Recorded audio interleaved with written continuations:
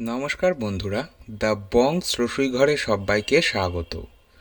Hotel বা রেস্টুরেন্টে গেলে আমরা প্রথমেই বিভিন্ন রকম মকটেল অর্ডার করেই থাকি।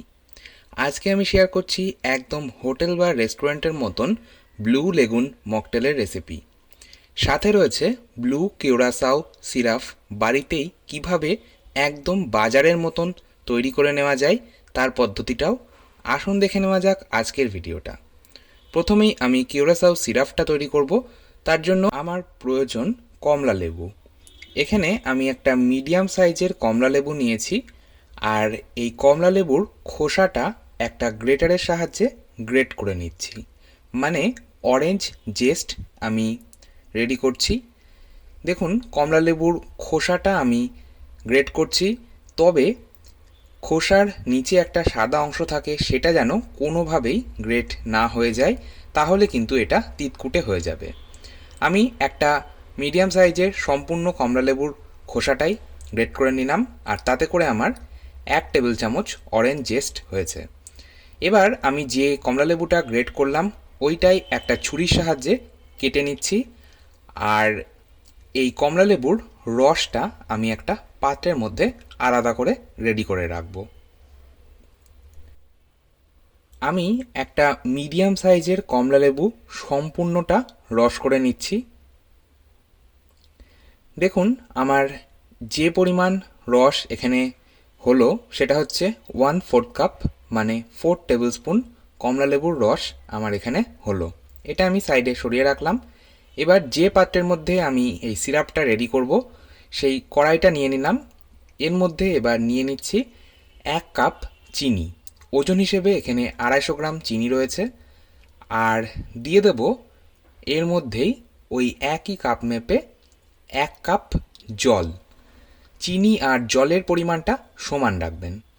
এবার যে অরেঞ্জ জেস্ট রেডি করে রেখেছিলাম সেই অরেঞ্জ জেস্টটা সম্পূর্ণটা দিয়ে দিলাম। কড়াইটা গ্যাস ওভেনে বসিয়ে দিয়েছি, আর গ্যাসের ফ্লেমটা মিডিয়াম টু হাই রেখে এই সিরাপটা তৈরি করব। চিনিটা সম্পূর্ণ মেল্ট হয়ে গেছে।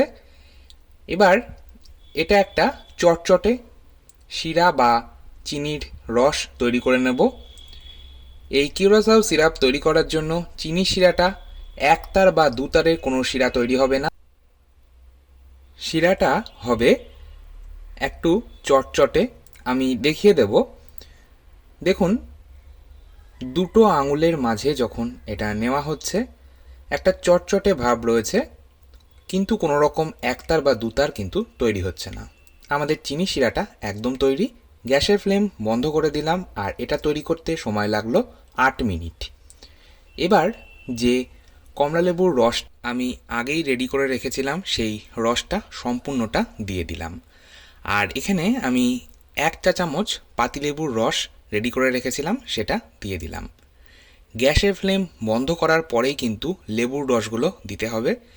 লেবুর রস দেওয়ার পর যদি এটা ফোটানো হয় তাহলে তেতো হয়ে যেতে পারে। সবশেষে আমি এবার এর মধ্যে দিয়ে দিচ্ছি 2 থেকে 3 ড্রপ ব্লু ফুড কালার। এখানে আমি জেল ফুড কালার ব্যবহার করছি। সমস্তটা মিশিয়ে নিলাম। আমাদের কিউরাসাও সিরাপ একদম তৈরি, তবে এটা এবার ঠান্ডা করে নেব। মোটামুটি আধ ঘন্টা আমি এইভাবেই রেখেছিলাম, আর এটা এবার সম্পূর্ণ ঠান্ডা হয়ে গেছে। একটা ছাঁকনির সাহায্যে আমি এবার এই সিরাপটা ছেঁকে নিচ্ছি। যেহেতু এর মধ্যে অরেঞ্জ জেস্ট ব্যবহার করা হয়েছে, তাই এই অরেঞ্জ জেস্টটা ছেঁকে নিতে হবে। আর আমি এটা একটা গ্লাস জারের মধ্যে নিয়ে নিচ্ছি। আপনারা চাইলে কোনো গ্লাস কন্টেনার অথবা গ্লাস বটলের মধ্যেও কিন্তু এটা 1 থেকে 2 সপ্তাহ স্টোর করতে পারেন, আর অবশ্যই ফ্রিজে রাখবেন। এবার চলে যাচ্ছি নেক্সট স্টেপে। আমি এই কিউরাসাও সিরাপ থেকে ব্লু লেগুন মকটেল তৈরি করব। তার জন্য গ্লাসের মধ্যে প্রথমেই দিয়ে দিচ্ছি একটা মিডিয়াম সাইজের পাতিলেবু, যেটা আমি ছোট ছোট টুকরো করে কিউব করে টুকরো করে নিয়েছি, আর দিয়ে দিচ্ছি 6-7টা ফ্রেশ পুদিনা পাতা। তবে পুদিনা পাতার ফ্লেভার যদি অপছন্দ হয় তাহলে স্কিপ করতে পারেন। আর দিয়ে দিচ্ছি জাস্ট 1 পিঞ্চ করে বিট লবণ বা ব্ল্যাক সল্ট। বিট লবণ দিলে টেস্টটা ভীষণ ভালো হয়। এবার একটা মাডলারের সাহায্যে আমি এটা মাডলিং করে নেব।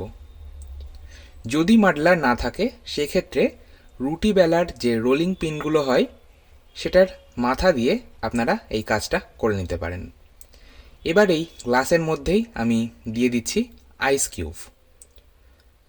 আপনারা যে যেমন ঠান্ডা খেতে পছন্দ করেন সেই রকম আইস কিউব দেবেন। আমি এখানে এই 2টো গ্লাস ভর্তি করে আইস কিউব দিয়ে দিচ্ছি। এবার এর মধ্যে দিয়ে দেব আগে থেকেই তৈরি করে রাখা কিউরাসাও সিরাপ। এই কিউরাসাও সিরাপ বাড়িতেই একদম বাজারের মতন তৈরি করে নেওয়া গেল। আপনারা এইভাবে বাড়িতে তৈরি করে নিতে পারেন, বাজার থেকে কেনার কোনো প্রয়োজন পড়বে না। 2টো গ্লাসেই আমি দিয়ে দিলাম, আর কিউরাসাও সিরাপের পরিমাণটাও আপনারা আপনাদের ইচ্ছে মতন দেবেন।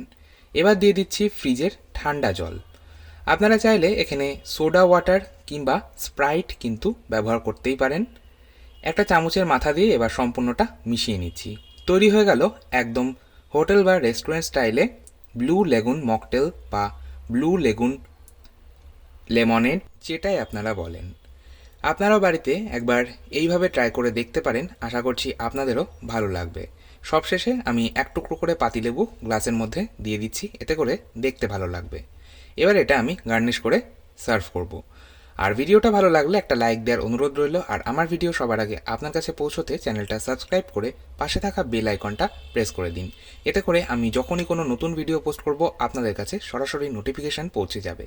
আমি এখানে গার্নিশিং করছি পুদিনা পাতা আর পাতিলেবু স্লাইস দিয়ে, আর দিয়ে দিচ্ছি একটা করে ইউজ অ্যান্ড থ্রো স্ট্র। আজকের মতো এই পর্যন্তই। আবার চলে আসবো নতুন কোনো ভিডিও নিয়ে। ভালো থাকুন, সুস্থ থাকুন, ধন্যবাদ।